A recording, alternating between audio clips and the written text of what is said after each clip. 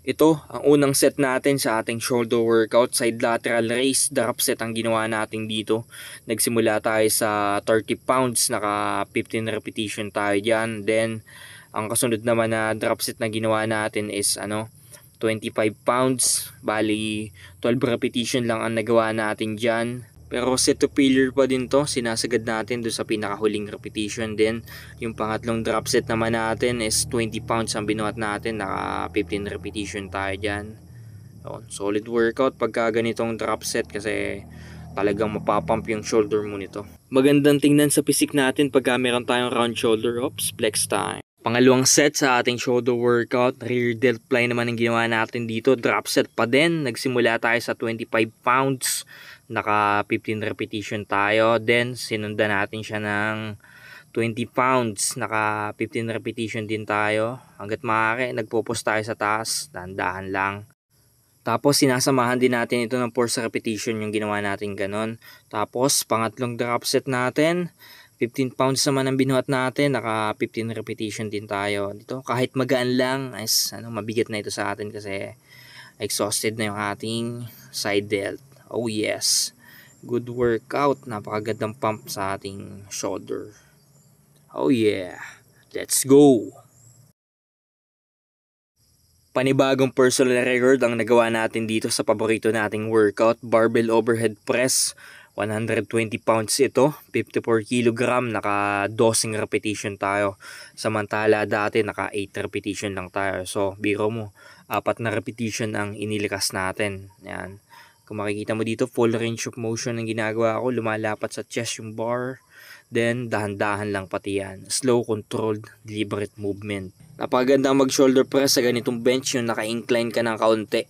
Supported na yung back mo, hindi mo na kailangan problemahan yung balance pa. Naka 12 repetition na tayo. Salamat sa ating maganda at malakas na spotter. Negative repetition yung ginawa ko na yon para work it pa din yung pagbaba natin ng plate. Then flex agad tayo ng ating shoulder pump.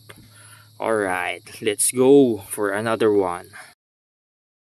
Pang-apat na set sa ating shoulder workout, talaga namang ma-workout ang shoulder natin dito. Kasama na dito ang trapezius. Ganun din ang bicep, na-workout ninyon. Yan. 45 kg ang binuhat ko dito, 100 pounds, naka 15 repetition tayo. Madali lang gawin ang ganitong upright row, lalo na pag nagsisimula ka, gaanan mo lang para maganda ang form. Then nakaparallel lang yung arms natin, tapos yung siko ang magdadrive pataas. Medyo heavyweight na din ang binuhat natin dito at pang-apat na set ng exercise na rin ito. Kaya gumagamit na tayo ng slight momentum. Ang mahalaga yung intensity na binibigay natin. Oh yes, flex muna tayo ng ating Natty Gains Natural Bodybuilder. Oh yes, let's go! Seated dumbbell shoulder press naman ang ginawa natin sa pang-limang set na workout. 27 kg, 60 pounds, naka 15 repetition tayo dito.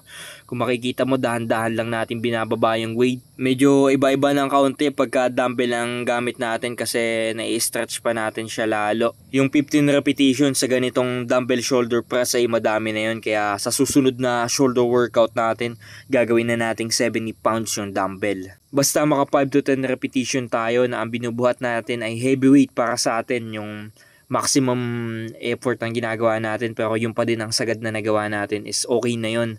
Strength ang dinedevelop natin dito, by product na lang dito yung muscle gain. Ito na yung pang finisher natin sa ating shoulder workout bukod dun sa pang tricep pa natin. Oh yes, quality ang pump. Let's go! Tricep cable push down ang pang finisher natin sa ating shoulder workout. 140 pounds, 63.5 kg, naka 10 repetition tayo.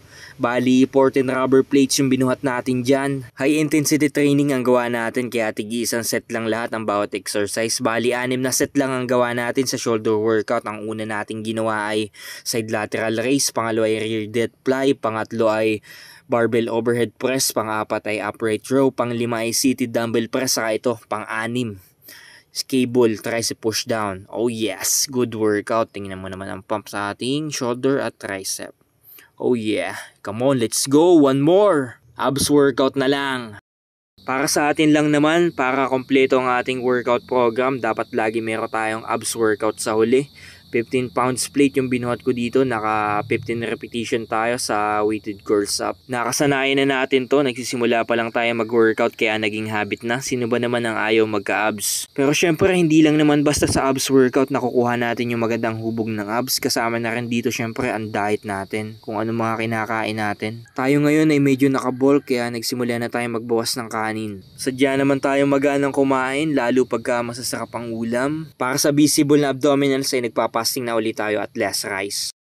At syempre pagkatapos namin mag-workout, pump na ang muscle namin nito kaya pineflex naman namin ang ating mga natty gains. Para sa akin mga buddy, ang main source of protein ko talaga ay eggs. At saka ang kasunod na main source of protein ko na ay isda na. Then bihira na lang din magkarne. Yun lang ang source of protein natin, wala na tayong pinagkukunan pang iba. Natural bodybuilder tayo or natty athlete, wala tayong ginagamit na kahit anong supplements or PED. At saka hindi na rin tayo nagka-count ng calories at hindi na rin natin binibilang kung ilang grams yung protein natin. Ang nagdidikta na lang sa atin is yung malakas nating appetite. Let's go buddy!